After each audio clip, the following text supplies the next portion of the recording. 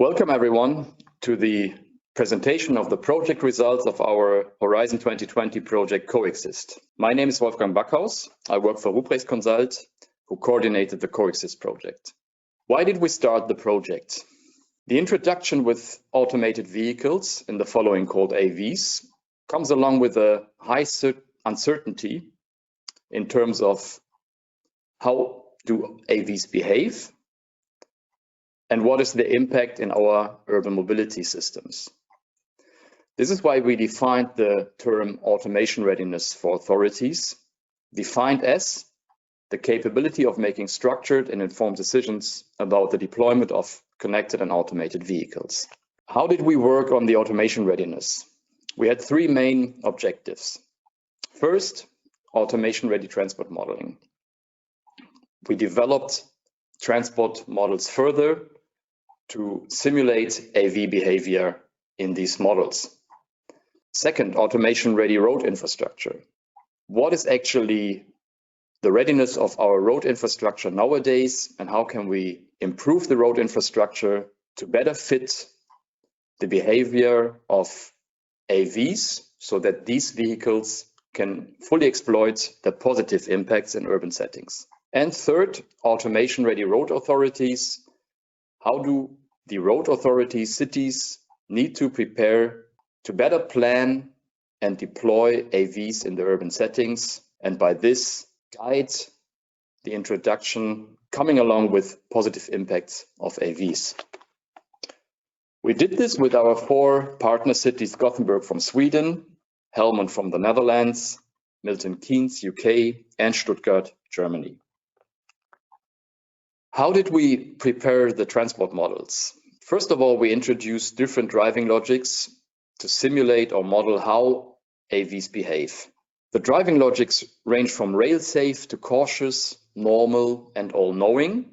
And these driving logics were integrated into a set of parameters along the three questions: how common are AVs, where can they drive, and how do they drive?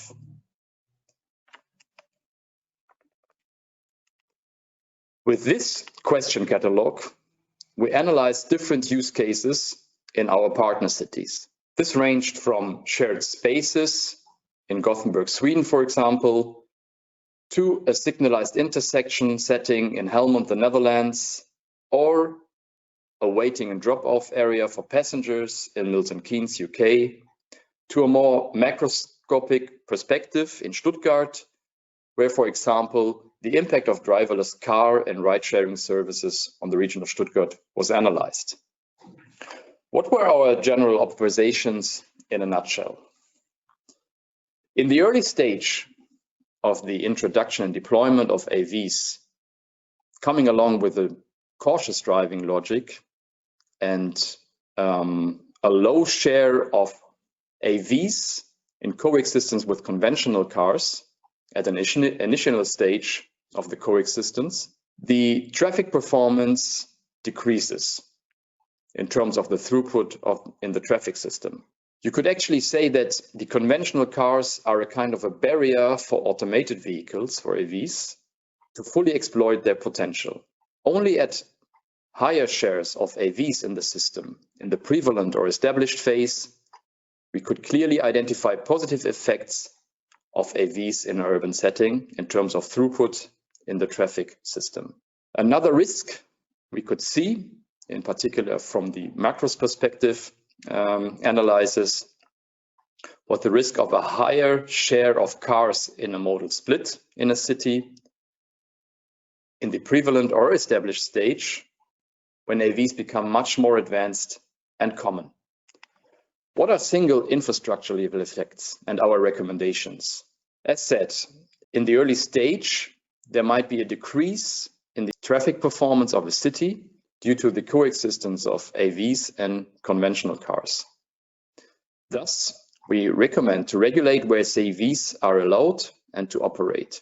For example, the negative impact is more critical for less structured traffic environments, which come not by surprise, for example, roundabouts or shared space settings. Then, of course, in highly structured traffic environments like highways or signal-controlled intersections. Thus, decide which infrastructure elements should be made automation ready at an early stage to minimize negative impacts.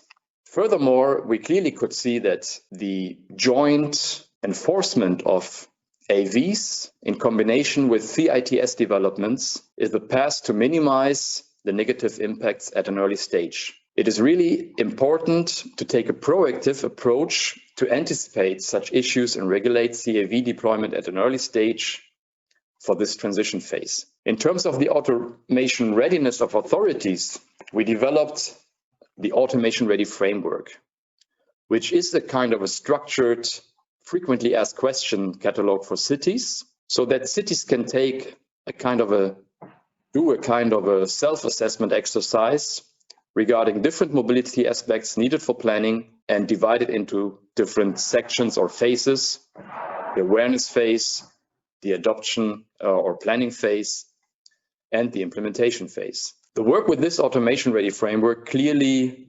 improved the automation readiness of our partner cities, so that along these discussions in the framework, a better understanding, joint understanding of AVs and their impacts were reached and led to a better informed decision-making about automation. Part of this Automation Ready Framework were also integrated into another guidance document, the practitioner briefing for road vehicle automation planning, which was part of the update of the Sustainable Urban Mobility Planning Guidelines last year, and some guidelines were contextualized to the CCAM topic. What are our future research needs based on our lessons learned in the COEXist project?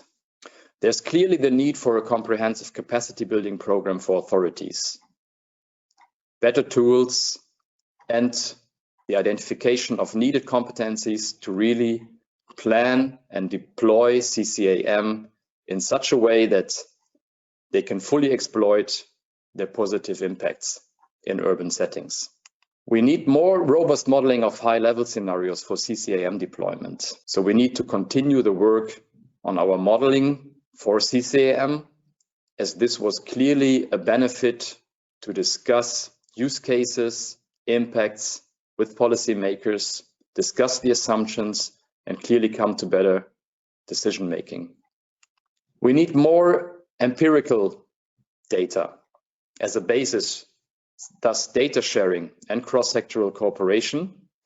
And I think, for example, the Arcade knowledge base is already a very good start for such a sharing platform.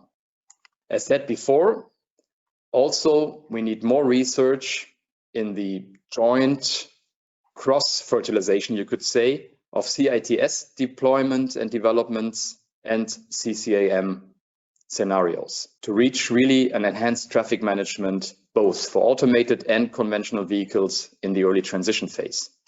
Last but not least, we clearly need a business model perspective. How do we use the results of the COEXist project after the project ended? We further developed the Automation Ready Framework and also work on the guidance document on CCAM planning, the practitioner briefing for SUMP, towards a more comprehensive planning guide in different follow-up projects. For example, in the Interreg projects, Dynaxability for Central Europe, or the North Sea region project planning for automated vehicles, PAVE.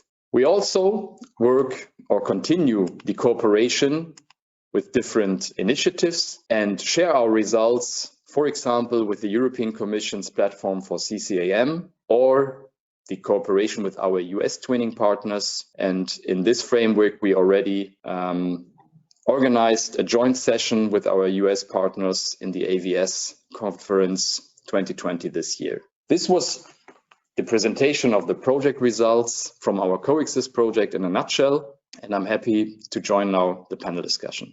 Thank you very much for your attention, and I'm ready for your questions.